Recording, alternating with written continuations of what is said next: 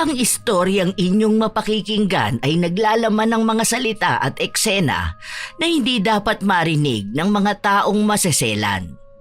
Pasintabi na rin sa aking mga apo na kumakain habang nakikinig. Wait lang. Eto, nakuha ko na.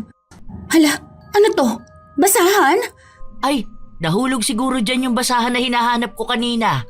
Itabi mo na lang dyan. Kumuha ka na ng sabaw at bibigyan ko na sila doon sa labas. Basahan to sa paa. Ang dumi nito. Halos 2 linggo na tong basahan dito sa loob. Inaapakan, tapos pinamumunas mo kapag dumudura ka sa lapag. Tapos pinamumunas din kung saan-saan.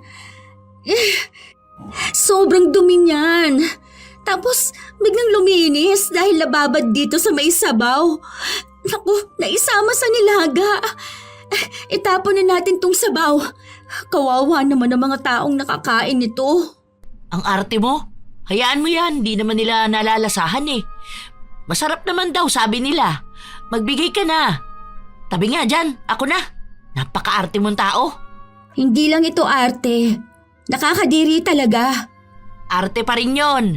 Saka wala naman na yung germs niyan dahil nakasalang pa rin sa apoy, di ba? Namamatay ang germs kapag naiinitan, kaya okay lang yan. Huwag ka masyadong maarte. Di naman niya nakakamatay. Para basahan lang na naihalo sa sabaw, ganyan ka na. Dun ka nga. Hindi mo to pwedeng itapon dahil sayang ang gastos dito. Malulugi tong karinderya sa kaartehan mo. Hindi naman yan alam ng mga taong kumakain. Yung iba nga nakailang balik na manghingi ng sabaw eh. Isa sa mga tao na dapat may hawak ng kalinisan ay ang mga kusinera. Dahil sila ang may hawak ng pagkain. Kapag dugyot ang pagkakaluto, marami ang magiging masamang epekto nito sa mga taong makakakain. Ngunit paano kung ang nagluluto mismo ang nakakadiri? Ano kaya ang mangyayari at ang kaparusahan ng dugyot na kusinera? Si Nikki, siya yung kusinera namin dito. Magaling niya magluto. Galing din siyang probinsya. Bali mga 1 taon na rin siya rito eh. Kung gusto mo, pwede ka rin magpaturo sa kanya magluto. Siya yung anak ng kapatid mo, kuya? Oo, si Maan. Hello po, kumusta po? Okay naman. Busy ngayon maghimay ng wrapper. Tulungan ko na po kayo. Hindi na. Magpahinga ka na lang muna. Alam ko nakakapagod ang biyahe. Oo nga, magpahinga ka na muna. Doon ka matulog sa isang kwarto kasama si Nikki. 2 lang kayo ron. Bahala na kayo mag-usap kung paanong rules meron kayo sa kwarto nyo. O pumunta ka na doon, be. Matulog ka muna. Bukas pa naman start ng trabaho mo. Nangyari itong kwento na to taong 2001. Galing ako sa probinsya. Bunso ako sa magkakapatid namin. Pero lahat sila may mga asawa na. Ako na lang ang wala pa. Kaya sa akin umaasa ang mga magulang ko. Wala akong mahanap na maayos na trabaho sa amin. Kaya nakiusap ako sa tito ko na kunin niya ako. May karinderya kasi ang tito ko sa Maynila, bandang Baklaran. Hindi ko na lang sasabihin kung saang parte yun. Pero maraming kumakain doon. Lalo na mga trabahante at yung mga estudyante. Mura kasing magtinda noon ang tito ko. May mga promo din siya para sa mga estudyante. Kaya laging puno ang karinderya niya. Tagahugas nga pala ng plato ang trabaho ko. Mag-isa lang ako sa trabaho na yon. May tinuro si tito na kwarto namin ni Ate Nikki. Pagpasok ko, naamoy ko agad na parang ang baho. Amoy patay na daga na ewan. Akala ko nga may patay na daga sa ilalim ng higaan pero wala naman. Hinayaan ko na lang pero ang hindi ko makakalimutan ay ang itsura ng kwarto. Talagang hindi mo mawari. Babae pa naman ang naroon tapos hindi man lang malinis. Ang dugyot talaga. Kita ko pa nga yung panty nakahuhubad lang tapos nasa isang gilid lang. Ang daming kalat. Hindi ako sanay sa ganon kaya nilinisan ko. Iniisip ko na baka ang makalat doon yung dating kasama ni Ate Nikki. Kasi kung titingnan mo siya, maayos naman ang itsura niya. Maganda rin siya. Unang araw ko sa trabaho, nasa kusina ako. Nakita ko si Ate Nikki na parang nangungulangot. Nagluluto siya noon. Tapos binilog-bilog niya ang kulangot sa kanya inihagis sa kung saan na alam kong tumalsik sa pagkain. Hindi ko na matiis ang hindi magsalita. Ate, hindi ba bawal yung ganyan na nangungulangot ka? Kasi nasa harapan ka ng pagkain. Hindi naman yun bawal. Sino nagsabi ba? Walang nagsabi, pero Wala naman pala eh. Bakit bawal? Ang kati kaya ng ilong ko. Ang laki nga ng kulangot ko eh. ang dugyot lang kasi nun ate. Baka mamaya sa pagkain na niluluto mo tumalsik yung kinukulangot mo. Okay lang yan, pampaalat lang. Doon na nagsimula ang kakaibang tingin ko sa kanya. Sino ba naman kasi ang matinong tao na makakaisip ng ganon? Sa ganda niyang yun, hindi ko naisip na siya mismo ang magsasabi ng mga ganong bagay. Hindi lang yon ang unang beses na nakita ko siyang ganon. May isang beses pa nga na...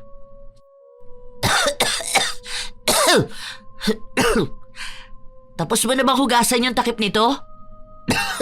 Sabi ko naman sa'yo eh, huwag mo nang hugasan. Ate, hindi ba uso sa'yo na magtakip ng bibig? Hindi naman ako makakapagluto ng maayos niyan. Ano namang kinalaman nun?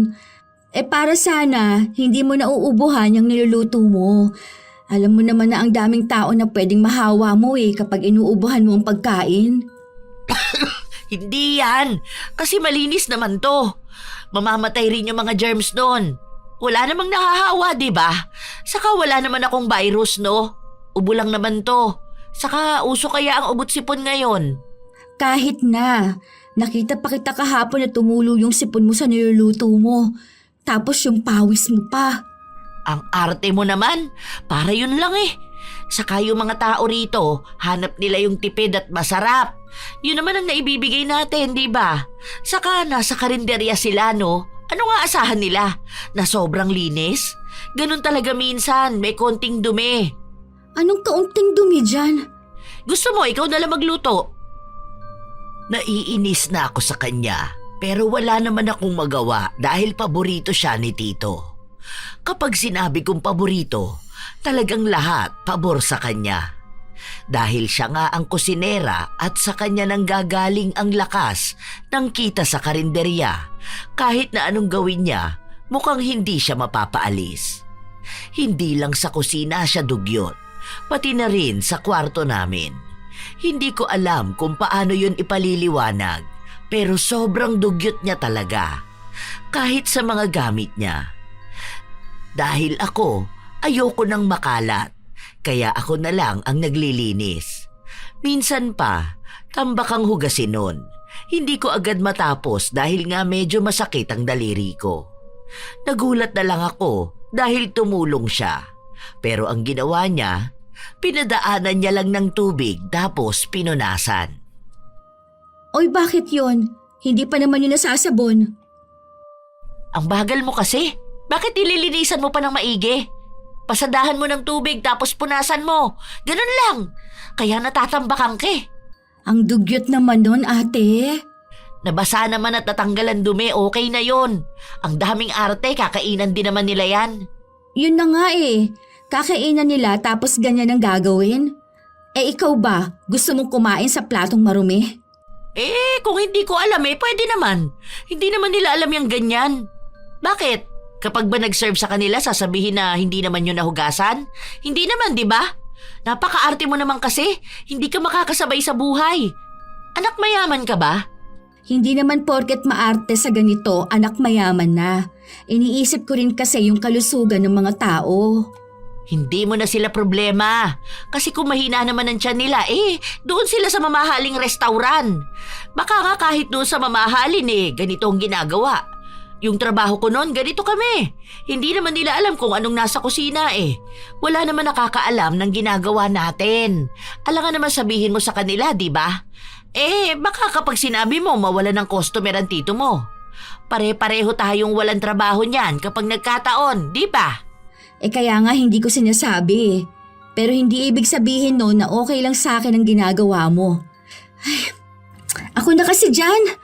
Tingnan mo. Ang bilis kong nakatapos. Ang dami mo kasing arte. Okay na to. Gusto kong agawin sa kanya ang mga platong hinugasan niya ng walang gamit na sabon. Pero inilabas na niya yon.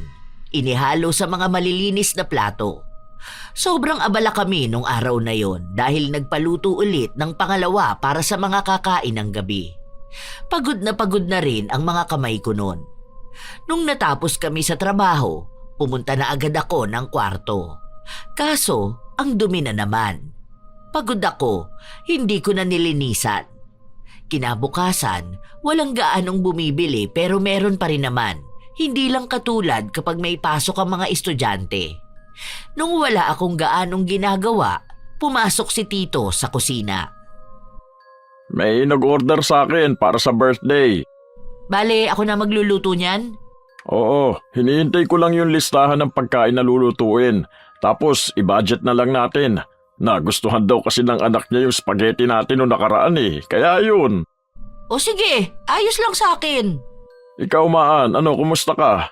Pasensya na, masyado kong abala nitong mga nakaraang araw. Okay na po ako, Tito. Hindi ka pala nag-day off, no? Wala ka bang balak mag-day off? Gumala ka minsan. Hindi yung lagi ka nasa loob ng kusina. Kahit lumabas, hindi mo magawa.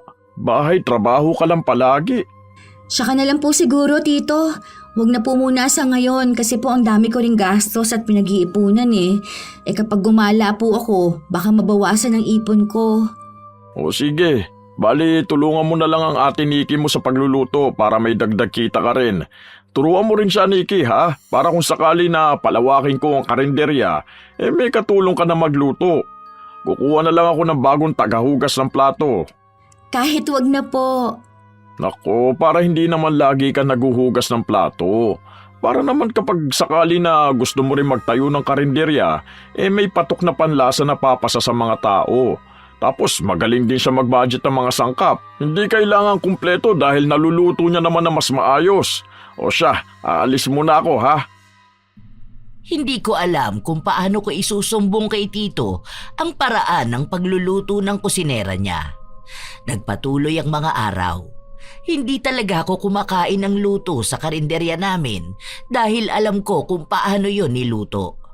Hindi ko rin naman pwedeng sabihin sa iba dahil baka mamaya masabi pang naninira ako ng negosyo ng taong tumutulong sa akin.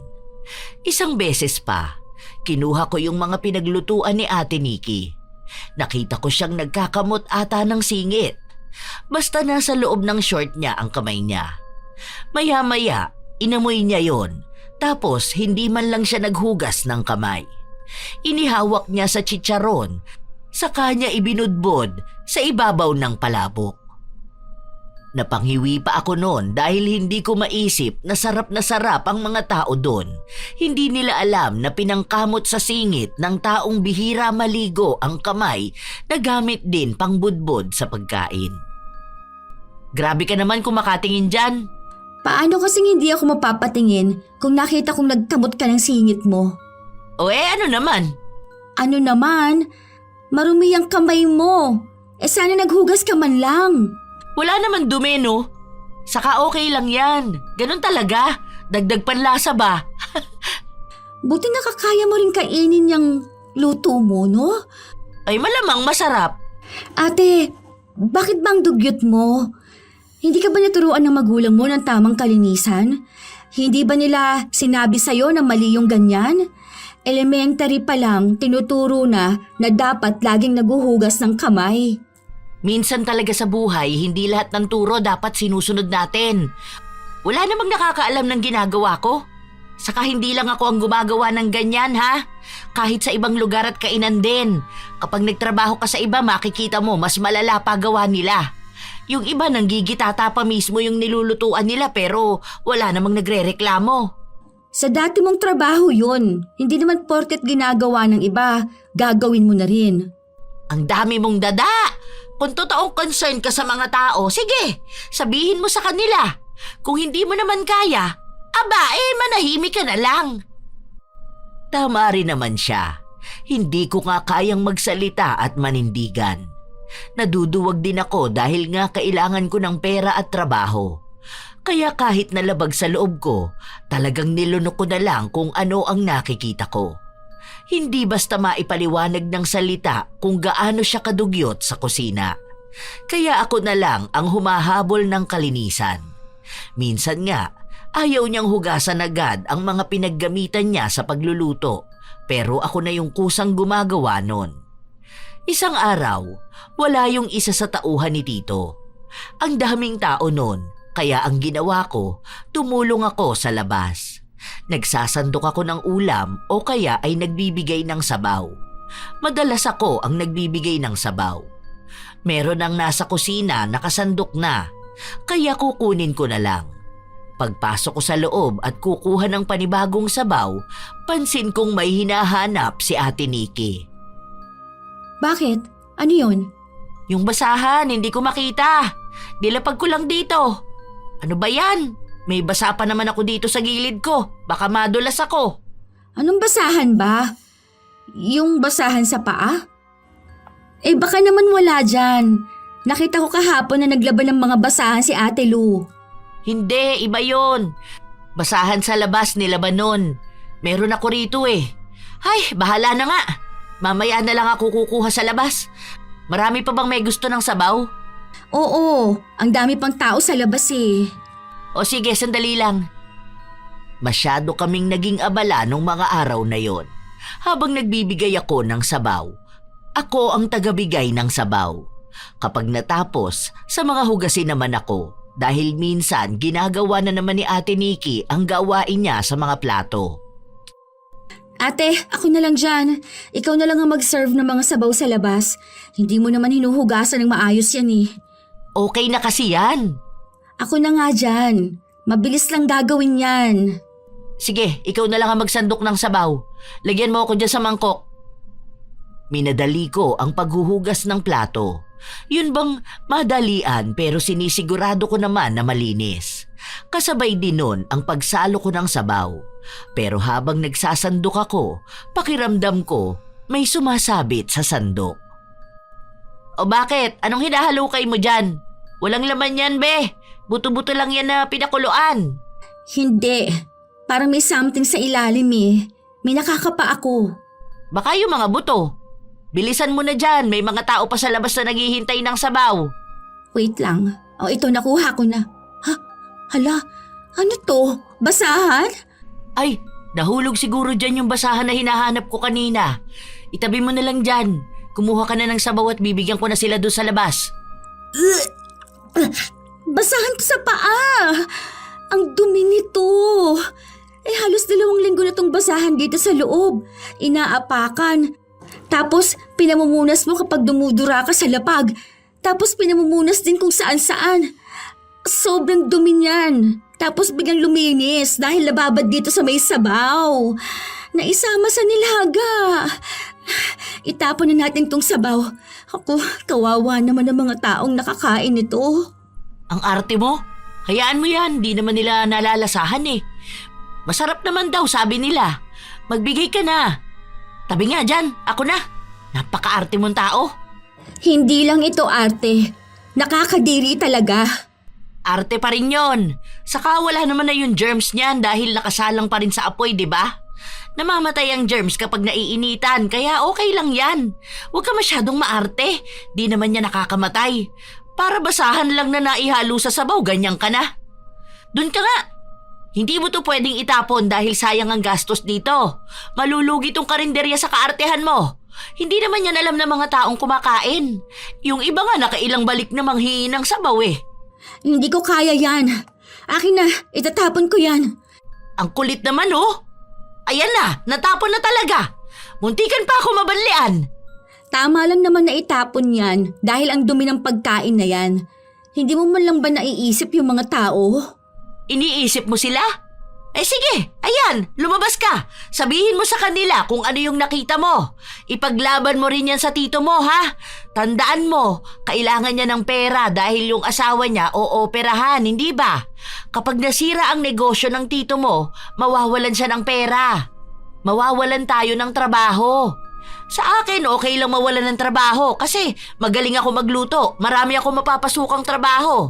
Eh ewan ko na lang sa'yo na walang ibang alam kundi ang makialam kahit na hindi naman dapat pansinin. Pinakikialaman pati yung mga bagay na normal sanang nangyayari sa buhay. Hindi yun normal na nangyayari sa buhay. Ang dugyot, ang dumi. Hindi na kita pipiliting paniwalaan kung anong pinaniniwalaan ko. Ni hindi nga kita pinipigilan na sabihin sa kanila, di ba? O sige, manira ka ng negosyo. Sabihin mo sa mga tao nang magsilaya sila rito. Hindi mo kaya, di ba? Kaya nga kita kinakausap ng maayos dahil hindi ko kayang mawala ng kabuhayan ng tito ko. Malaki ang tiwala niya sa iyo at sa luto mo dahil kinukwento niya sa akin na simula nung dumating ka, lumakas ang benta nila dahil sa sarap ng luto mo. Nakakatipid din siya dahil nagagawan mo ng paraan sakali mang may problema dito sa kainan. Pero ang sinasabi ko sa iyo, yung sana maayos naman na pagluluto. Hindi yung pwedeng makapagpahamak ng ibang tao. Bakit mo ba iniisip ang ibang tao? Kapag ba nagbigay ka ng maayos sa kanila, may mapupunta sa'yo? Wala naman, di ba? Buhay lang din naman nila ang iintindihin nila, kaya buhay mo na lang din ang intindihin mo. O ayan, natapon na. Anong sasabihin ko sa kanila dun ngayon? Ikaw ang lumabas. Ikaw ang magsabi kung bakit wala silang sabaw. Papansin. Doon na nagsimula ang madalas naming pagtatalo. Hindi nakakalabas sa iba kung ano bang problema namin. Pero isang araw, bigla na lang akong kinausap ni Tito Rico. Bakit naman may awayan na nagaganap sa kusina? Ano bang problema niyong dalawa, ha? Si Ate Nikki po ang tanungin ninyo. Siya po ang mas nakakaalam ng ginagawa niya. Ikaw na nga ang kinakausap ko dahil gusto kong malaman kung ano bang problema. Para kakausapin ko naman siya tungkol dun. Hindi ko po alam kung paano ko sasabihin. Pero may kinalaman po kasi sa pamamaraan niya ng pagluluto. May ginagawa ba siyang kakaiba? Parang dugyot po kasi siya. Yun lang ba? Ay, yun lang po. Alam niyo po ba yun? Anong klaseng dugyot ba? Baka naman yung normal lang na nagamit ng kasangkapan sa kusina. Bukod doon, may iba pa ba? Kasi po, yung dahilan talaga ng pagtatalo namin, nung nakita ko may nakababad na basahan doon sa may sabaw. Nasabi niya nga sa akin yun at hindi niya naman daw sinasadya. Nalaman na lang naman na may basahan doon parang nung paubos na. Pati nga raw siya nakahigop na sabaw eh. Okay lang po ba sa inyo yung ganun? Hindi po ba dapat hindi ninyo siya hinahayaan na maging dugyot? Paano na lang po kung may nakakita sa kanya? Baka mamaya mawalan talaga kayo ng mga taong kakain dito. Wala naman akong nakikitang mali sa ganun. Minsan normal na makalat ang kusina, lalo na kapag may nagluluto. Saka wala naman nagrereklamo sa akin. Siguro alam naman na rin ng ibang tao na hindi gaanong malinis ang luto sa karinderya. Kasi kung mag-iinarte nga naman sila, ang daming ibang kainan no. Mahal man doon, hindi pa rin nila sigurado kung malinis talaga, di ba? Talaga pong okay lang sa inyo? Hindi po ba ayaw na ayaw ninyo ng marumi noon? Ayaw nyo ng dugyot? Iba na kasi ngayon. May mga natutunan ako na dapat talagang nakikisabay tayo sa buhay. Hindi naman ganun kadugyot si Nikki. May mga pagkakataon lang siguro na hindi niya sinasadya. Hayaan mo na. Negosyo to. Hanggat hindi naman alam ng mga tao na may ganun nangyayari sa kusina, walang problema sa atin. Basta may kita ako, may sahod kayo. Ganun din naman kasi ang ginagawa ng ibang tao eh. Kawawa naman po ang mga tao kung ganun. Paano na lang po kung sa atin yun nangyari? Isipin nyo na lang po na kumain tayo sa isang kainan, tapos yung binigay na pagkain sa atin dugyot. Ano pong iisipin ninyo? Tapos pagka-uwi ninyo nagkasakit kayo? Ang malala nun, paano kung yung sakit po hindi agad nangyayari? Yung tipong malalaman mo makalipas ang ilang taon? Hindi na natin problema yun. Hindi naman siguro agad nakamamatay ang ganun, no? Ewan ko rin. Kayo po ang dapat na magsabi kay Ate Nikki dahil kayo po ang amo niya. Hindi naman po siguro magbabago ang lasa ng luto niya kung maayos at hindi dugyot. Hayaan mo na siya. Huwag ka na magpaka-stress. Kung hindi mo naman problema, huwag mong isipin. Ganun talaga ang buhay. Makisabay ka na lang. Sa susunod, malalaman mo rin kung anong ibig kong sabihin. Hindi ko tinatanggap ang mga salitang sinabi ni Tito. Hindi ko akalain na magiging ganun na siya mag-isip. Na noon ang ibang tao ang iniisip niya, lalo na ang kalusugan nila. Mukhang tunay nga na nagbabago ang isang tao depende sa kung sino ang madalas niyang pakinggan o sa pakinabang na nakukuha niya. Ilang araw pa ang lumipas, hindi ako matahimik. Paulit-ulit kong pinagsasabihan si Ate Nikki. Minsan naman, nakikisuyo ako kay Tito pero wala talaga. Kung ano lang yung paniniwala nila, talagang yun lang ang gagawin nila. Minsan pa, lumabas ako dahil gusto kong makapagpahinga man lang sa kanila. Baka sakali na mawala rin sa isip ko kung gaano kadugyot si Ate Nikki. Nung nakatambay lang ako sa labas, narinig ko ang usapan ng dalawang babae. Binanggit pa nga nila ang pangalan ng karinderya ni Tito. Sabi nila, masarap nga raw doon. Tapos, kakaiba ang lasa. Sarap na sarap kayo sa pagkain ng dugyot ng pagkakaluto. Buti hindi sumasakit ang mga tiyan nyo. Matapos lang din nun ay umuwi na ako. Wala akong magalaan dahil wala naman akong ibang kilala. Ayaw ko kasing nasa kwarto ako dahil ang daming kalat, ang baho, ang dumi. Nakakapagod maglinis ng paulit-ulit. Lumipas pa ang ilan pang mga araw hanggang sa nasa kusina na naman ako. Napansin kong may sugat sa kamay si Ate Nikki. Ano nangyari dyan? Napaso to nung isang araw pa. Nagtutubig nga eh. Yung isa parang may nana pa. Oo, yaan mo yan. Gagaling din naman yan. Takpan mo kaya? Baka kasi mahalo dyan sa hinihimay mo eh. Ako na lang kaya maghimay niyan. Di yan. Ipiprito naman ulit yan eh. Saka ang bagal mo nga dyan maghugas ng plato. Gusto mo pa tong agawin sa akin? Pagkatapos mo dyan, hiwain mo na lang itong mga karot. Ay, hindi na ako na dyan. Tapos naman na ako eh. Maghihimay ka ng mga panglumpia tapos may nanayang sugat mo sa kamay. Ang arte mo talaga, no? Hindi ka pa rin ba nasasanay? Ilang buwan ka na rito ah. Hindi ka ba napapagod na punahin ang ginagawa ng iba? Hindi ako magsasawala, lalo na kung may kinalaman nito sa kalinisan. Okay, sige. Ikaw naman ang mahihirapan eh. Hindi naman ako. Bahala ka sa buhay mo. Bakit ba kasi ayaw mong maging malinis? May dahilan ba? May pinagdaanan ka ba sa buhay mo? Wala naman. Sanay lang ako sa ganito. Kasi doon sa mga naging trabaho ko, ganito talaga kami. Wala naman kasi dong pakialamera na kagaya mo. Pinagpapasensyahan na lang kita kasi alam ko naman na wala kang alam sa kilos at mga galaw sa kusina. Unang trabaho mo ba naman to eh? Pero manood ka na lang para matuto ka. Para kapag nasa ibang kusina ka na, gamay mo na ang galawan, ha? Kahit nasaan ako, hindi ko makakalimutan ang kalinisan. Kahit pa nakikita ko mga tao sa paligid ko na hindi malinis.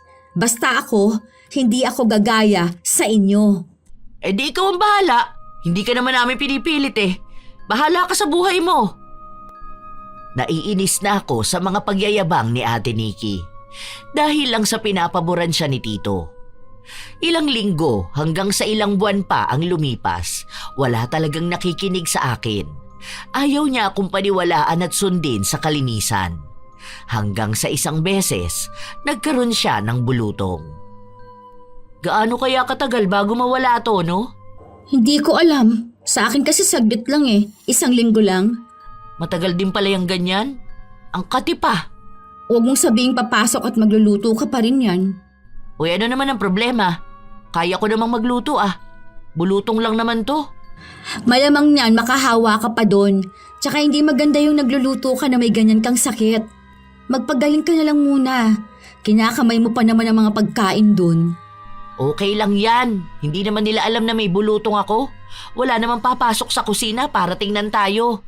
Ayoko ngang hindi magtrabaho. Sino naman magluluto kung sakali, ha? Alangan namang ikaw. Hindi ka naman marunong magluto. Kasi ang dugyot nun sobra. Ay, malala talaga ate. Awa na lang sana. Paano kapag nagluto ka? Oh, tapos pumutok yung mga bulutong mo. Di napunta sa pagkain? Tapos kakainin ng mga tao? Malamang niluluto ang pagkain, di ba? Ano ba mangyayari pag niluto? Ay di syempre mawawala yung germs. Ewan ko talaga sa mga pinagsasasabi mo. Para kang walang isip. Wow! Ako pa pala ngayon ang walang isip. Sino kaya sa atin yung hindi nag-iisip? Lalo na para doon sa mga tao na sobrang maaapektuhan itong ginagawa mong kadugyutan. Ang dami mong satsat! Matuto ka muna magluto ng kasing sarap ng luto ko bago mo ako sitahin. Bata ka pa, wala ka pang masyadong alam sa buhay. Huwag mo akong pakialaman, ha? Ang tigas talaga ng ulo niya. Ayaw niyang makinig sa akin, kaya kahit na may bulutong siya, nagluluto siya. Kapag nangangati ang katawan niya, kinakamot niya at yung tubig-tubig napupunta sa kamay niya. Tapos hahawak siya sa sandok. At ang hawak niya, hindi dun sa hawakan, sa may pangsandok talaga. Hindi ko na siya mapigilan dahil kahit naman anong sabihin ko sa kanya, ayaw niyang makinig. Kaya naisipan ko na baka kung sakaling masabi ko kay Tito, siya na lang ang magsabi. Nung walang gaanong tao, nakakuha ako ng pagkakataong makausap si Tito.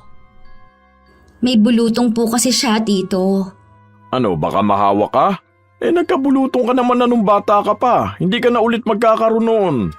Hindi naman sa akin sa mga pwede niya pong mahawaan. Kasi po, nagkakamot siya ng katawan niya. Nilalagnat na rin siya. Tapos yung niluluto niya, nakaharap sa kanya. Okay lang yan. Normal lang naman sa isang tao na magkaroon ng bulutong. Okay na yon. Basta masarap pa rin ang luto niya. Hindi po ba kayo makakahanap ng ibang tatao? Para naman po hindi ganyan. Bigyan niyo naman po ng halaga yung mga taong kumakain sa inyo. May halaga naman sila. Kaya nga mura lang ako magbenta eh. Hindi nga ako nagtataas ng presyo kahit na nagtaasan na lahat ng bilihin, di ba? Alam mo, pamangkin, minsan kailangan mong lunukin kung ano ang alam mo. Hindi sa lahat ng bagay dapat yung tunay at tapat ang iintindihin natin, ha? Pero po kasi, sakit ang pinag-uusapan natin. Hindi naman yung nakakahawa.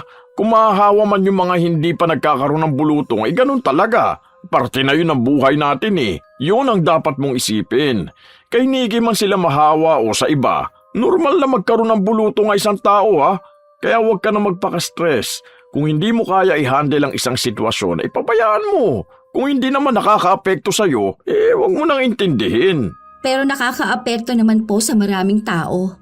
Hindi ka bayani para isipin ng ibang tao. Ang ibang tao ba iniisip ka? Hindi naman, di ba? Iniisip lang din nila ang mga sarili nila. Hindi naman po tama yung ganyang kaisipan, Tito. Kasi po, lahat po tayo iba-iba naman po ang ginagawa sa buhay. Yung akala po nating hindi nakaka-apekto sa atin, darating po ang araw na makaka-apekto po yun ng malaki. Bakit? Tingin mo ba mababago mo ang mundo sa ginagawa mong ganito? Bayani ka ba na pararangalan kapag naging totoo ka? Hindi. Pero para po saan ang konsensya natin? Alam mo, hindi kita pinipilit na magtrabaho sa akin. Kung gusto mong humanap na mas maayos na trabaho na hindi mo nakikita ang ganito, sige, papayagan naman kita. Basta wag mo lang pakialaman kung ano nangyayari dito sa loob ng kusina. Kasi kahit saan ka magpunta, marumi ang kusina. May marurumi at dugyot na gawain ng bawat trabahador. Kaya kung hindi ka makikisabay, mananatili ka lang sa ideya na dapat lahat patas para sa mga tao, kahit na ang mundo hindi patas para sa lahat.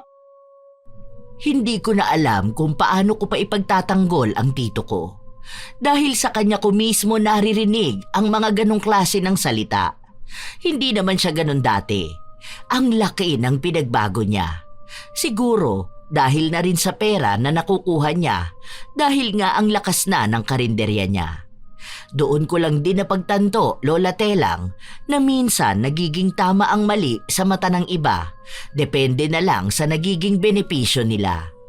Pero ako, matatag talaga ang paniniwala ko na mali ang ginagawa nila. Hindi ko lang alam kung anong gagawin ko. Sinubukan kong maghanap ng ibang trabaho para habang naroon ako, pwede akong lumipat. Tutal, ang tito ko naman na ang nagsabi sa akin noon. Habang lumilipas ang mga araw na natutuyo na ang mga bulutong ni Ate Nikki, yun na ang mas nakakadiri sa lahat. Dahil nalalaglag yung langib ng natuyo niyang bulutong sa niluluto niya. Nakatingin ka na naman sa akin. Mamaya sisitahin mo na naman ako. Sabi ko naman sa iyo kapag ayaw mo ang isang bagay, huwag mong pag-aksayahan ng oras na tingnan. Hindi ko lang kasi ma-imagine na may ganyang tao Hindi ko kayang isipin na may mga nasasarapan at kumakain ng luto mo. Ganun talaga. Minsan masarap kapag hindi nila alam kung anong sangkap. Bakit kasi hindi mo tikman? Ako nga kinakain ko pa rin kahit na ako ang nagluto eh. Ayoko nga. Nasusuka na nga ako kapag nakikita ko eh. Tapos gusto mo pang tikman o kainin ko? Bahala ka dyan. Hindi ka pa rin talaga sanay, ano? Tito mo na nga ang nagsabi sa'yo na normal tong ganito. Yung ibang tao nga kumakain ng pagpag. Ayun naman, alam nilang pagpag ang kinakain nila. Eh yung sayo, ang alam nila matino ang pagkakaluto.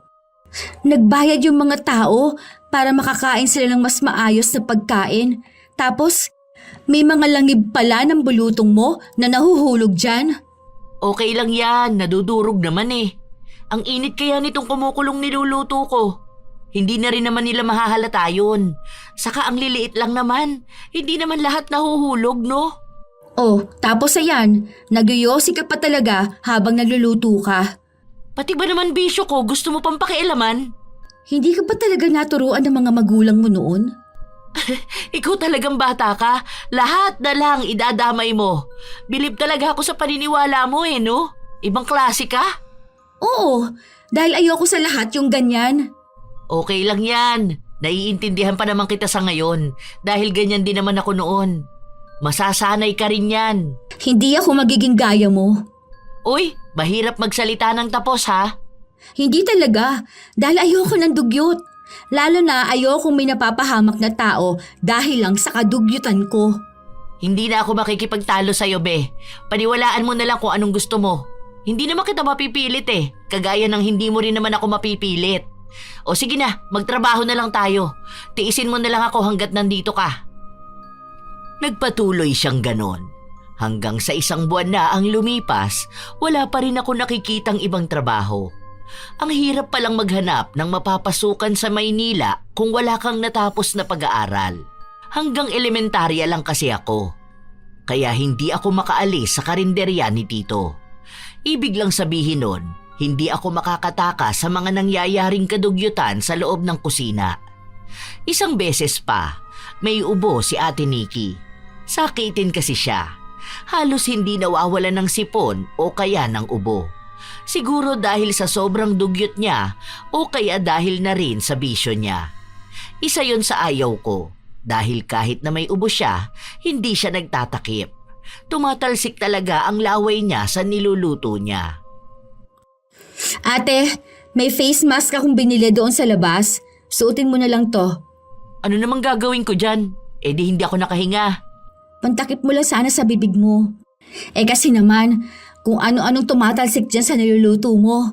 At tulad kanina, inuubo ka. Tumasik pa yung kinakain mo. Ang kulit mo talaga, no? Medyo naiinis na ako sa'yo. Concern lang talaga ako sa mga tao. Mamaya may sakit ka pala nakakaiba eh. Makahawa ka pa. Napakuluan na nga. Ibig sabihin, patay na yung nakakahawa na sakit. Saka lahat naman siguro ng tao nagkakaroon ng sakit. Uso ang ubot sipon sa panahon ngayon, kaya huwag kang ano dyan. Alam mo na hindi naman talaga lahat napapatay ng init. Kaya kapag ganyan na sakit, dapat ikaw na yung iiwas. Huwag mo idahilan na uso ang sakit ngayon.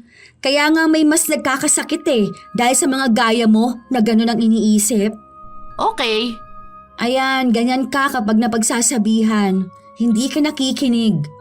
Eh bakit naman kasi kita pakikinggan? Ni hindi naman kita nanay, di ba? Hindi rin naman kita kaano-ano. Hindi kita amo. Tapos mas matanda ako sa'yo. Anong alam mo sa buhay? Kung mas marami ako napagdaanan kesa sa'yo. Hindi naman yun sa tanda o sa dami ng pinagdaanan mo sa buhay. Ang sinasabi ko lang naman sa'yo ate, ay yung mga madadali lang sanang bagay na pwede mong gawin. Katulad na lang ng kalinisan. Yon ang hindi mo maintindihan sa sinasabi ko. Alam mo, kaysa lagi tayong ganito, wag na lang tayong mag-usap. Kung ayaw mo akong makita na ganito, edi wag kang tumingin, di ba?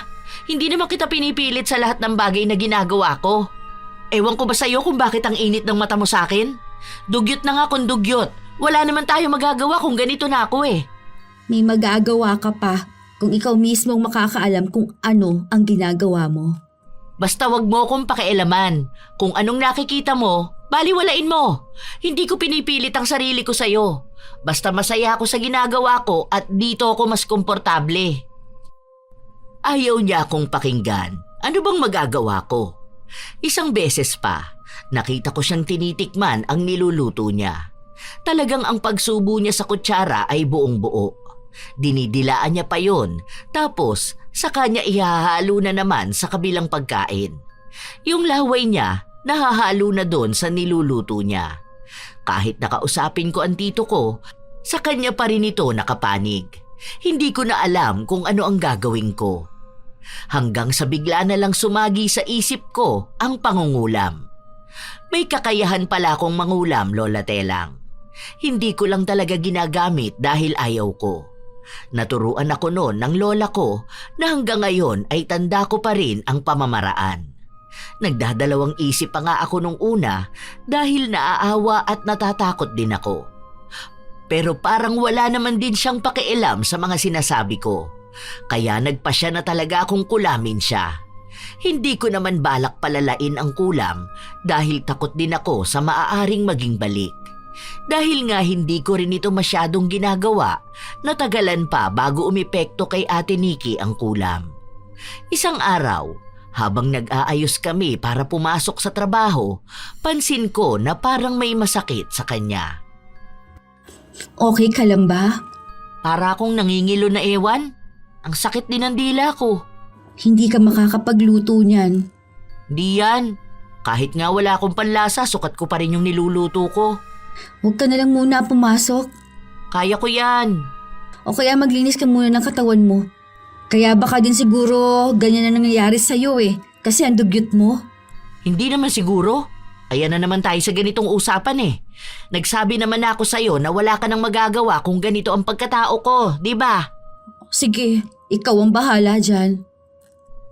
Alam ko na tumatalab na ang pangkukulam ko sa kanya pero hinahayaan ko lang.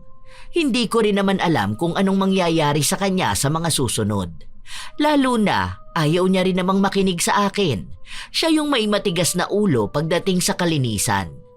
Ilang linggo ang lumipas, palala ng palala ang nararamdaman niya. Bakit parang nag-iiba na yung lasa ng niluluto mo? Kahapon sobrang alat ng adobo. Tapos ngayon itong bopis naman sobrang tabang. Walang kalasa-lasa. Ayos ka pa ba? Sakto naman ang timpla ko nun Ganun yung tanda ko na sukat ng mga nilalagay na sangkap. Hindi mo ba nalalasahan? Hindi Hindi ko nga alam kung bakit ganito yung panlasa ko ngayon. Kahit nga pang-amoy wala ako. Hindi naman pwede yung ganyan. Baka mawala na ng kakain dito sa karinderya ko. Sige, aayusin ko na lang yung mga lulutuin mamaya. Itong sa may isang niluluto, iba yung lasa niya. Ang lansa. Bakit naman magiging malansa yan? Hindi naman ako malansa magluto. Hindi mo naman kasi ito hinugasan ng maayos, di ba? Ang sabi ko sa'yo na bago mo iluto, lagyan mo muna ng asin yung tubig na paghuhugasan mo. Mas magaling ka pa sa akin. Iyon kasing sinasabi ko kung bakit mahalagang kalinisan, lalo na kung kusinera ka. Huwag na kayong magtalo. Kung wala namang magandang dulot yung pag-aaway nyo sa negosyo ko, huwag nyo nang pag-awayan. Nagsasabi lang naman po ako sa kanya, Tito. Siya yung may kasalanan kung bakit hindi nasasarapan ng mga kumakain dito sa karinderya mo. Baka ikaw sinasabotahin mo naman tong niluluto ko. Nakita mo ba ako lumapit ako sa mga pagkain, ha? Simula nung nalaman ko kung paano ka magluto, hindi naman na ako lumapit sa mga pagkain na ikaw ang nagluto. Baka magkasakit pa ako sa kadugyutan mo. Ayusin nyo na yan bago pa ako magbukas. Baka malugi ako niyan. Ang daming pagkain na masasayang.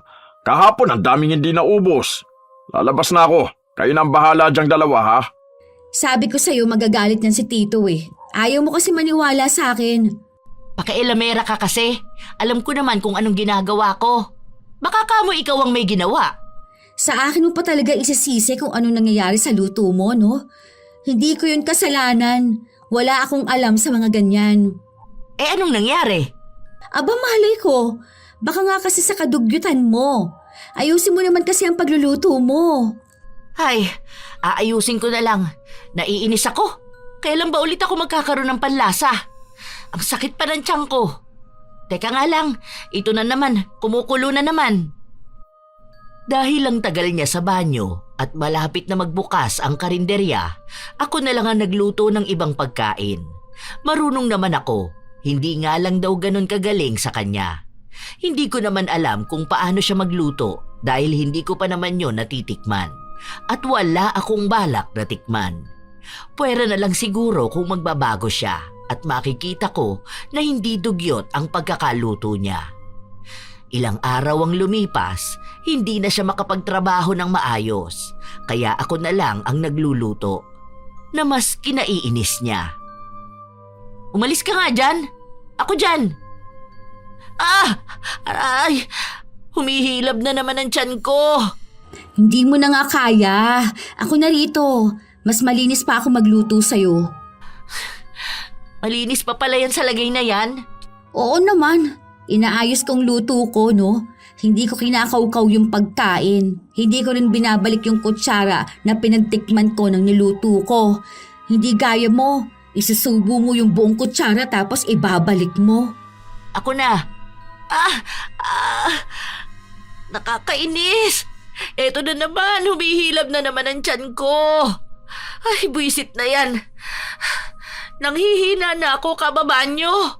Hindi kasi malinis ang kinakain mo. Ganyan yung nangyayari kapag kumakain ng isang tao ng marumi o kaya dugyot yung pagkain. Baka nga ganyan din yung nangyayari din sa mga taong nakakain ng pagkain luto mo eh. Namatay na ang mga germs ng luto ko, ha? Nako, hindi ka sigurado sa ganyan.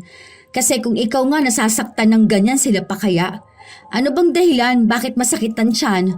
Kapag marumi ang kinakain, di ba? O, ano bang kinakain mo? Eh malamang yung mga luto mo. Ako na dyan. Hindi mo na nga kaya. O ayan, nautot ka pa. Ang baho naman. Hindi ko na kaya. Napatakbo siya noon sa banyo. Ang tagal niya at alam kong hirap na hirap siya at nasasaktan. Isa siguro yun sa naging malaking epekto ng kulam sa kanya. Maliban na lang sa minsang nawawalan siya ng panlasa. Ako na ang nagluto hanggang sa natapos na siya sa banyo. Hindi ko alam kung naghugas siya ng kamay na may sabon dahil naaalala kong ubos na yung sabon sa banyo. Bukas palang malalagyan dahil wala pang budget. Ako na dyan. Maghugas ka na ng kamay mo. Oh, ayan na naman. Kaya sumasakit ang tiyan mo eh. Hindi mo inaayos ang paghawak sa pagkain. Hindi mo nilarespeto ang pagkain. Grabe ka naman. Anong hindi nirerespeto? Binabastos ko ba, ha? Kung ano-ano na naman ang pinagsasasabi mo sa akin. Tabi nga dyan, ako na magluluto. Wala, tapos ko na. Ano ba yan? Ako ang kusinera dito eh. Kaya siguro lagi mo ako sinisita dahil sa gusto mo lang na agawin kung anong ginagawa ko. Pagod ka na maghugas ng plato kaya inaagaw mo na kung anong trabaho ko. Hindi ko inaagaw sa'yo. Hindi mo ba talaga maintindihan kung anong ibig sabihin ng kalinisan? Ate, mas matanda ka sa akin. Sana di ba mas maalam ka at mas madali mong naiintindihan kung ano yung sinasabi ko? Kasi mukha ka namang sanang matalino eh. Ako ang hindi mo maintindihan. Masyadong kung ano-anong sinasabi mo. Hindi naman talaga ako dugyot. Bukas, huwag mong pakikialaman kung anong ginagawa ko, ha? Huwag mong aagawin ang niluluto ko. Eh paano nga? Masakit kasi ang tiyan mo. Baka walang mailabas mamaya. Kaunti na nga lang ang customer eh. Baka wala na talaga silang makain. Hindi mo na yun problema. Ang atupagin mo yung mga plato na nililinisan mo. Gusto mo sobrang linis, di ba? O sige, hugasan mo ulit yung mga nahugasan na. Alam mo kung ano ang ayaw ko sa lahat? Yung pinakikialaman kung anong ginagawa ko. Alam mo kung ano ang ayaw ko sa lahat? Yung hindi na pagsasabihan at ayaw tanggapin na may mali sila. Simula nung dumating ka rito, ang gulo na. Ikaw ang pampamala sa amin. Sana hindi ka na lang kasi kinuha ng tito mo. Para sana hindi kami nahihirapan dito. Alam mo, kung totoo man na magaling kang magluto, sana hindi ka naging dugyot. Kung mahal mong pagluluto, hindi mo hahayaang ganyan ang klase ng paglulutong gagawin mo. Wala akong pakialam sa'yo, ha? O pues, ako meron akong pakialam doon sa mga taong nakakakain ng dugyot mong luto. Hindi kami natapos sa bangayan namin na yon. Hindi lang sa kusina ang awayan namin, hanggang sa loob ng kwarto. Sinisita ko na rin kasi siya kapag nagdudugyot siya sa loob ng kwarto at banyo. Kahit na mas matanda siya sa akin, siguro naman tama lang ding pagsabihan siya. Lalo na kung mukhang hindi siya naturuan ng magulang niya noon. Isang gabi, naghihintay akong lumabas siya sa banyo dahil ang tagal niya. Nung nakalabas na siya, pansin kong ang kalat ng banyo. Ate, sana naman binuhusan mo yung sahig para natanggal yung buo-buo mong regla dyan sa sahig. Kaya mo naman yatang gawin yun eh. Bakit hindi pa ikaw ang gumawa? Laging ibang tao na lang talaga ang mag-adjust para sa'yo. Ang dami mong daldal.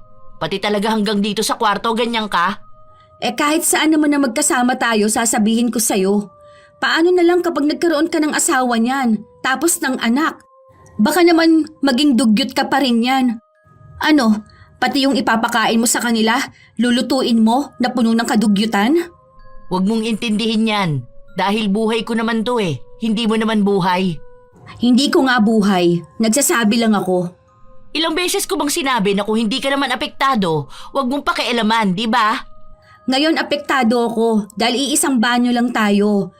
Kaya sana sa susunod ayusin mo naman. Linisan mo.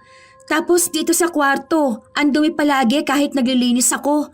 Ang hirap mo makasama. Hay, bahala ka sa buhay mo. Huwag mo ko ngayong inaano ha, masama ang pakiramdam ko. Ang sakit na nga ng tiyan ko, ang sakit pa ng puson ko. Maglinis ka kung gusto mo. Kung ayaw mo, wag na lang din. Kung mag-iinarte ka, magtanong ka sa tito mo kung saan ka pwedeng makitulog. Yung walang dumi at kalat. Hindi talaga ako mananalo sa kanya kahit na anong pag-uusap naming dalawa. Kaya ang inaasahan ko na lang ay yung sakulam na ginawa ko sa kanya. Ilang linggo pa ang lumipas, ganun pa rin ang ginagawa niya kahit na nagdurusa na siya sa sakit niya. Hanggang sa isang araw, nagpunta na siya sa ospital.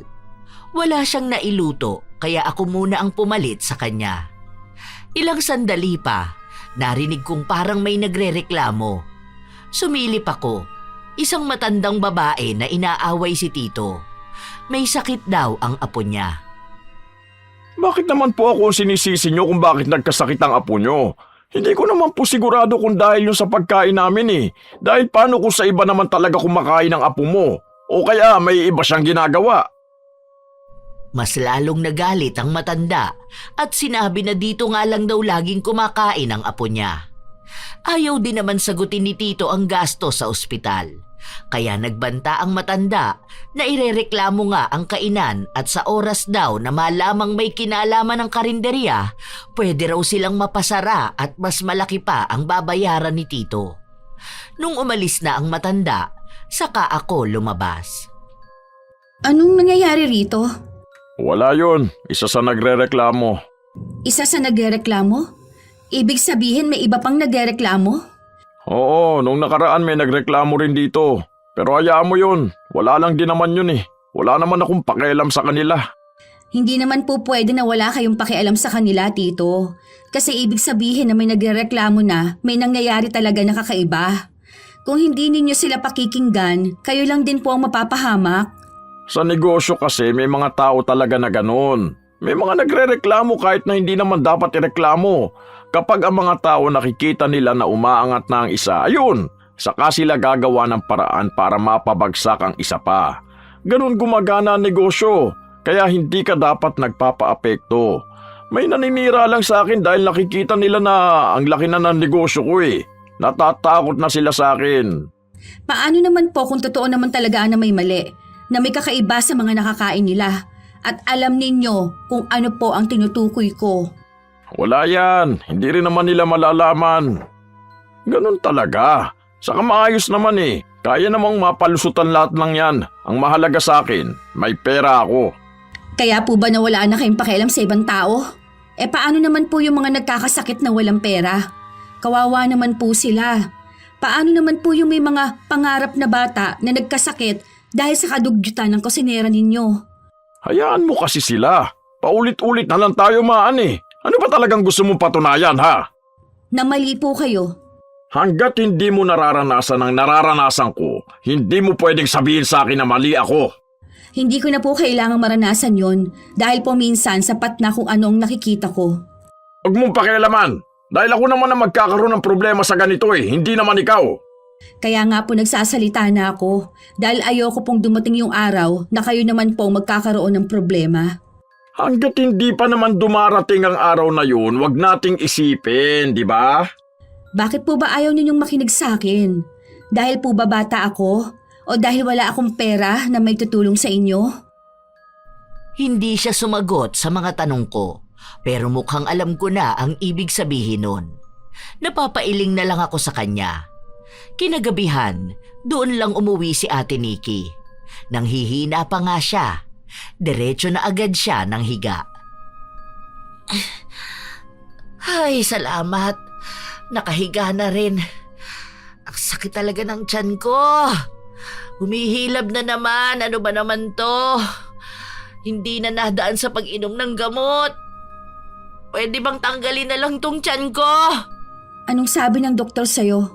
Sa susunod na linggo ko pa makukuha ang resulta.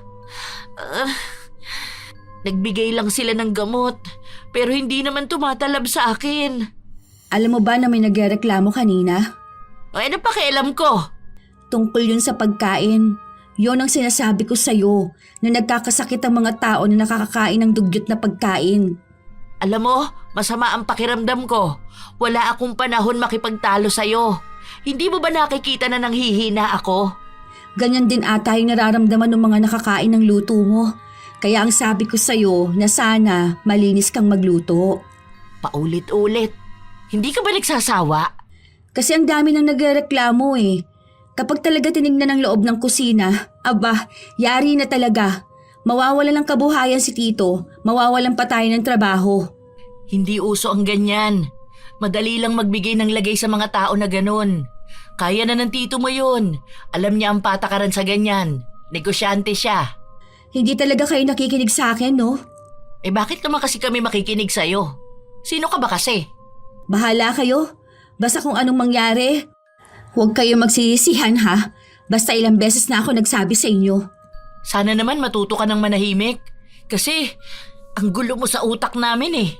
Magulo pa pala kung gusto mo lang namang tumulong. Hindi ka naman kasi nakakatulong. Yun ang magulo at nakakainis. Manahimik ka na lang. Hayaan mo kami kung anong ginagawa namin. Kung ayaw mo nga ng ganito, umalis ka na. Hindi ka makaalis kasi wala kang mapasukan na trabaho, no? Ganon kasi talaga ang buhay. Hinayaan ko na nga lang sila. Pero habang lumilipas ang mga araw, hindi lang isa, hindi lang dalawa ang palaging nagpupunta sa karinderya para magreklamo. Yung iba may kasama ng barangay, pero hindi nila mapasok ang kusina. Ako ang kinakabahan sa kanila, pero sina Tito at Ate Nikki wala lang sa kanila. Na para bang sanay na sila sa ganon o kaya alam na nila ang gagawin. Isang araw, galing na naman ng banyo si Ate Nikki. Nagulat pa nga ako na paglabas niya, may hinahalo siyang pagkain na mukhang panglumpia. Dinala mo yan sa banyo? Oo, kasi naghihimay ako kaso ang sakit ng tiyan ko. Ang tagal ko sa banyo, para sana matapos ko agad to. Nakakadiri ka naman. Nagpasok ka pa talaga ng pagkain sa banyo. Hindi mo na lang pinaasikaso sa akin. Andito naman ako. Naguhugas ka ng plato. Saka ayaw nga kitang utusan. Baka mamaya kung ano na naman ang sabihin mo. Saka naghihimay pa lang naman ako. Nagtatanggal ng mga tinik. Oh, baka sabihin mong dugyot na naman ako. Hindi ba kadugyutan yung ginawa mo? Nagpasok ka ng pagkain sa banyo. Ay, nasusuka ako sa totoo lang. Sus arte. Tabi nga dyan at may ginagawa pa ako. Hindi ka talaga mapigilan ano? Kahit yung sakit ng tiyan mo, hindi ka na napipigilan para maging dugyot. Mas lumala ka pa ata. Ano kayang pwedeng gawin sa'yo no para matigil ka na? Ikaw kamo ang dapat matigil, hindi ako. Siguro kapag nabisto na kayo, dun lang kayo matitigilan ni Tito. Susumbong mo ba kami? Sige, ikaw ang bahala. Ang dami nang nagkakasakit, hindi man lang kayo nag-aalala. Hindi ko na yun problema. Buhay pa naman sila, di ba? Wala pa namang namamatay, kaya okay pa yan. Ako nga, ilang buwan nang nagloloko tiyan ko pero buhay pa naman. Arte lang yung sakit nila. Sa amin lang sinisisi. Paanong hindi sa inyo sisisihin? Lalo na sa'yo, ikaw ang nagluluto. Gaya niyan, pinasok mo ba naman sa banyo? Ang dumi ng banyo. Be, huwag ka masyadong ano dyan. Lulutuin pa to ha, sa mainit na mantika. Ewan ko kung hindi pa mamatay ang germs nun. Kaya nagkakasakit ng mga tao, puro ganyan ang sinasabi ninyo. Hindi ninyo alam na mas lumalala ang mga germs dahil binabaliwala ninyo. Bla bla bla. Kausapin mo yung mga pinggan, baka sila makinig at sumang-ayon sa'yo. Marami akong... ito na naman. Humihilab na naman ang tiyan ko. Ay, nakakainis. Ang ingay mo kasi. Ako na naman may kasalanan yan? Paano hindi sasakit yan? Kinamay mo ba naman yung pagkain kanina tapos nagsangag ka ng panis na kanin? Ganun naman yun ah. Saka naihalo ko naman yun sa hindi panis. Ito na naman. Buisit. Tinatawag na naman ako ng banyo. Akin na yan. Huwag mo na dalhin doon. Tingnan mo nga namimilipit ka na sa sakit. Aray ko! Ano ba? Ang gulo! Hindi na niya naagaw sa akin ang pagkain dahil nagmamadali na siya sa banyo. Dinig ko pa nga ang ingay ng pagdumi niya. Napapailing na lang ako nung makita ko kung gaano karumi ang pinaglutuan niya. Kaya ang ginawa ko, nilinisan ko na lang muna para kung hindi siya makakapagluto, ako na ang gagawa. Alam ko naman na hindi siya makakaluto dahil mas malala ang sakit ng tiyan niya ngayon. At tama nga ako. Wala pa si Nikki? Nasa banyo po, kababalik lang ulit. Dapat uminom siya ng gamot. Paano kaya yan? Wala pang pagkain. Ako na po ang nagluto. Ayan po, patapos na. Sabihin mo sa kanya uminom siya ng gamot ha. Kailangan ko siya mamaya. May nagpapaluto sa akin dahil kailangan sa school. Para kamo sa birthday ng teacher. Ako na lang po ang magluluto, Tito, dahil baka hindi niya kaya. Hindi na. Mas gusto ko yung luto niya. Yung sayo ang gastos. Tapos ang tagal mo pa magluto. Parehas lang naman po yun. Saka mas okay po dahil malinis kong niluto. Walang magkakasakit na kakain. Hindi yan. Mas kaya yan ni Nikki. Mas may tiwala ako sa kanya. Huwag ka makialam ha. May dumating na bagong lulutuin si Ate Nikki at kahit na anong gawin ko, ayaw talaga akong payagan na makialam. Kahit na mayat maya ang balik ni Ate Nikki sa banyo, siya lang talaga ang pwedeng gumalaw ng lulutuin. Ewan ko kung bakit ganun na lang ang tiwala ng tito ko sa kanya. Pero dahil yun na ang sinabi sa akin, hinayaan ko na nga lang talaga sila. Natapos naman ni Ate Nikki kahit na ang sakit ng tiyan niya. Kinuha na ang pagkain na niluto niya. Matapos ang buong araw, balik na naman kami sa kwartong napakabaho at napakadumi. Maya-maya pa, tumakbo na naman sa banyo si Ate Nikki. Naririnig ko pa siyang sakit na sakit sa kanyang tiyan. Nung lumabas siya, para siyang namumutla. Buisit talaga tong sakit ng tiyan ko. Hindi pa ba talaga ito matatapos? Paano kung matatapos lang yan kapag naging malinis ka na? Ayan na naman tayo. Sinasabi ko lang naman. Matutulog na ako. Magluluto pa ako bukas. Pagod ako. Pero alam mo ate, baka kaya ganyan na nangyayari sa'yo kasi may parusang kailangan mong harapin. Parang kapag nagbago ka mawawala yung sakit mo. Wala akong babaguhin dahil wala naman akong ginagawa na masama. Alam mo, ikaw lang ang nag-iisip ng ganyan. Kaya paulit-ulit mong sinasabi sa akin dahil naiinggit ka na ang galing kong magluto. Hindi ko nga alam kung totoo na magaling ka magluto Malay ko ba na sabi-sabi lang yun dahil hindi ko naman talaga natikman. Hindi mo ba nakikita na ang daming kumakain sa karinderya? Talagang maraming kakain kasi ang mura. Hindi lahat ng pinipilahan masarap. Yung iba nakapila lang dahil wala silang choice. Dahil yun lang ang pasok sa budget nila. Talagang iniinis mo ako. Ang sakit. Tumigil ka na nga dyan. Yun ang totoo dun. Pero mukhang patapos na rin yung kasikatan mo. Ang sakit ng tiyan ko. Aray ko. Ito na naman, humihilab na naman. Buwisit talaga.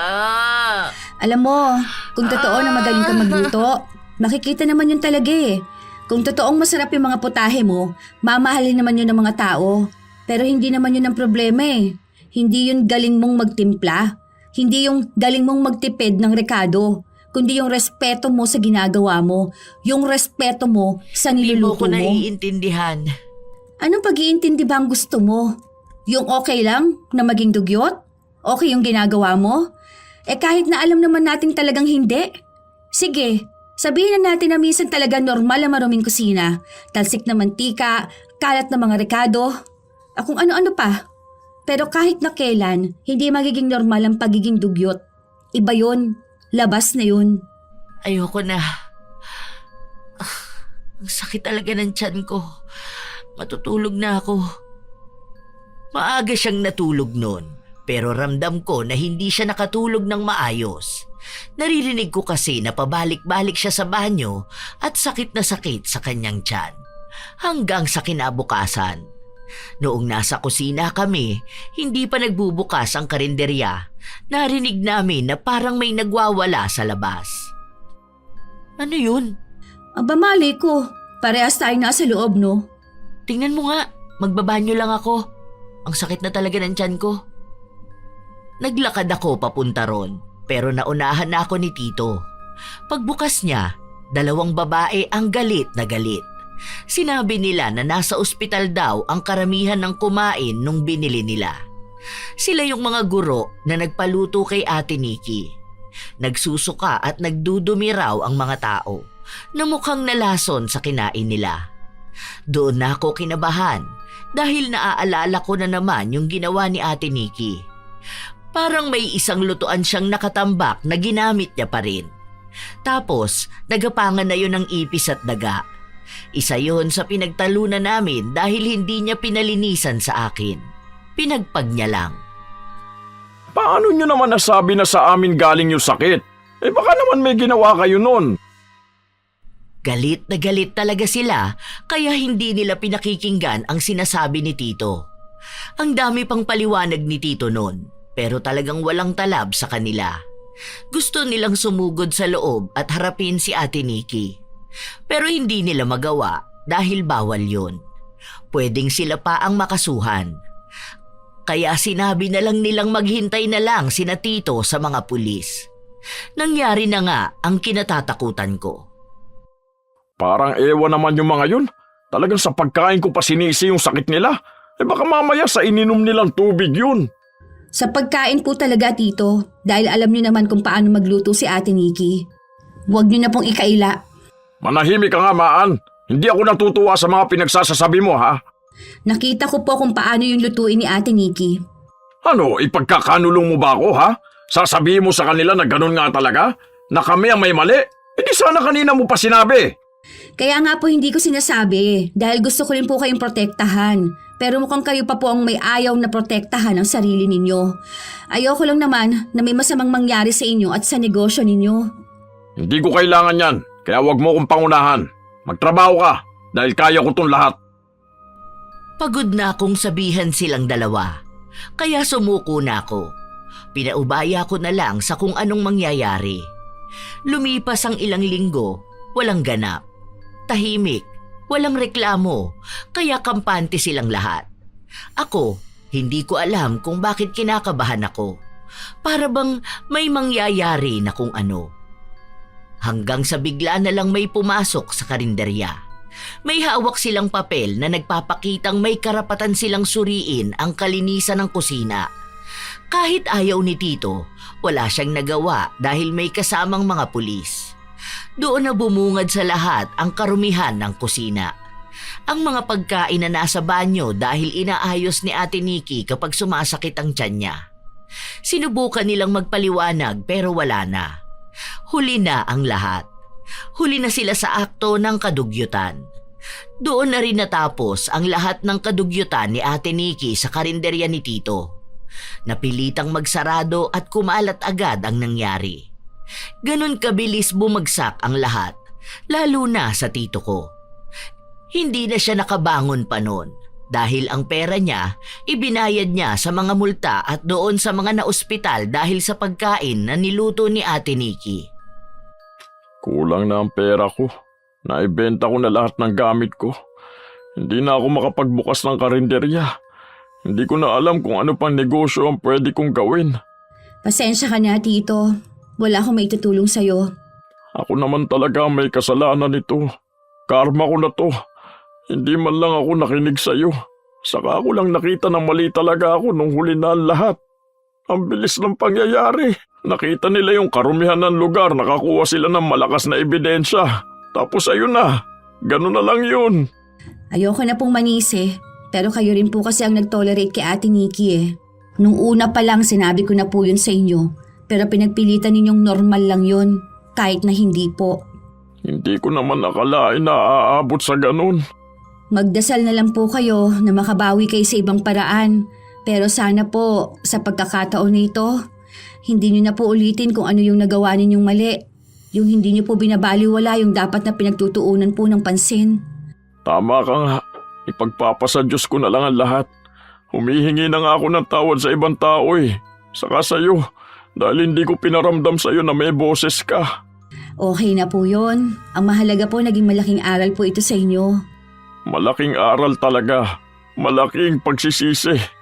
Sana talaga makabawi pa ako. Awang-awa ako sa tito ko, sa totoo lang. Dahil ang tagal na niyang negosyo ito, sadyang nadala lang siya ng kasikatan ng kainan niya at sa pera. Nawala na siya sa moralidad ng kalinisan. Nakahanap na rin ako ng trabaho noon, kaya palipat na ako.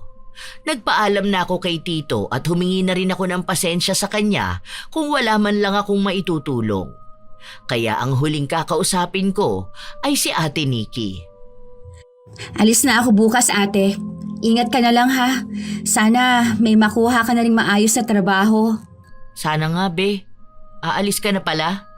Pasensya ka na ha. Wala na yon. Ang alamin mo, paano mo dadalhin to bilang malaking aral. Kasi sa totoo lang, kung talagang mahal mong pagluluto at yon ay para sa'yo, makakabalik at makakabalik ka. Pero sana, huwag kang bumalik doon sa mali mong ginagawa. Masyado ako nakampante. Hindi naman ako ganun noon. Pero dahil wala namang sumisita sa akin, akala ko pwede talaga. Pero ganun siguro talaga eh. Hindi lahat ng bagay na itatago ng matagal. Ang yabang ko, hindi man lang ako nakinig sa'yo. Na kaya nga siguro hanggang ngayon masakit pa rin ang tiyan ko dahil epekto nga to ng pagluluto ko. Nakakaawa naman yung mga tao na ganito yung nararamdaman. Ang lala ng karma ko.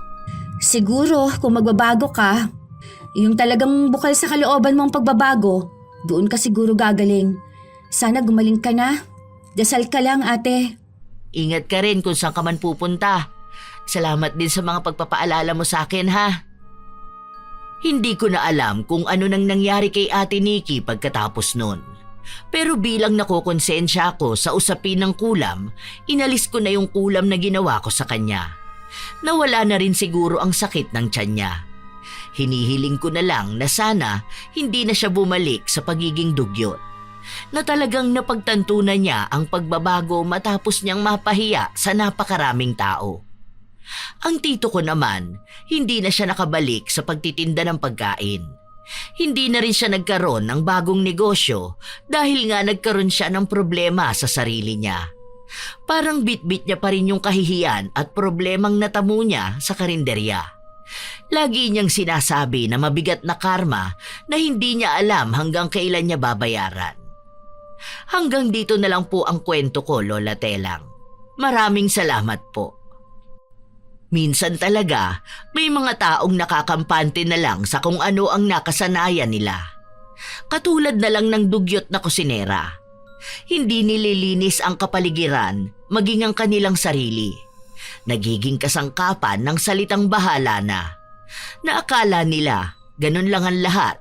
Pero sa totoo lang, hindi lang ito nakakaapekto sa kanila, kundi pati na rin sa ibang kasama sa trabaho. Ang pagiging dugyot ay hindi lamang tungkol sa kalinisan, kundi pati sa disiplina, respeto at malasakit sa kapwa. Kung patuloy mong inuulit ang ganong gawi, unti-unti ring mawawala ang tiwala at respeto ng ibang tao sa iyo. Ang kalat sa kusina na akala ay simple, pwedeng magdulot ng malalang karamdaman at masamang epekto sa katawan. Huwag masanay sa kadugyutan dahil maraming simpleng paraan para mas maapalapit sa kalinisan. Tandaan na ang pagiging malinis at maayos ay hindi lang para sa sarili, kundi para rin sa kapakanan ng iba. Ang respeto sa kalinisan ay respeto rin sa ibang tao at sa sarili. Kayo ba mga apo, nakaranas ba kayo ng ganitong klase ng kadugyutan? Nakakilala kayo o nakasalamuhan na? Kung ganon, maaari niyong ibahagi sa amin ang inyong kwento kasabay ng komento. Naway naghatid ito ng magandang aral sa inyo. Shout out sa ilan sa mga masusugid na tagapakinig ng mga istorya ni Lola Telang. Dizon Nena, Abby Ruiz, Jeneline Miles, Shukran Habibi, Heidi Verzon, Eden Magtagad, Mila Landicho, Lina Dumanhog, Clark Kent, John War Sibonga, Mariza Belda, Aida Galabin, Hart Lee, Liza Takada, Chef Del, Rayalyn Baligwat, Prot Prot, G. Tudao, Richelle Ann, Christine Manalo, Gia Gigi, Hazel Fiesta, Sydney Crosswind. Ito ang inyong Lola Telang at maraming salamat sa lagi ninyong pakikinig mga apo.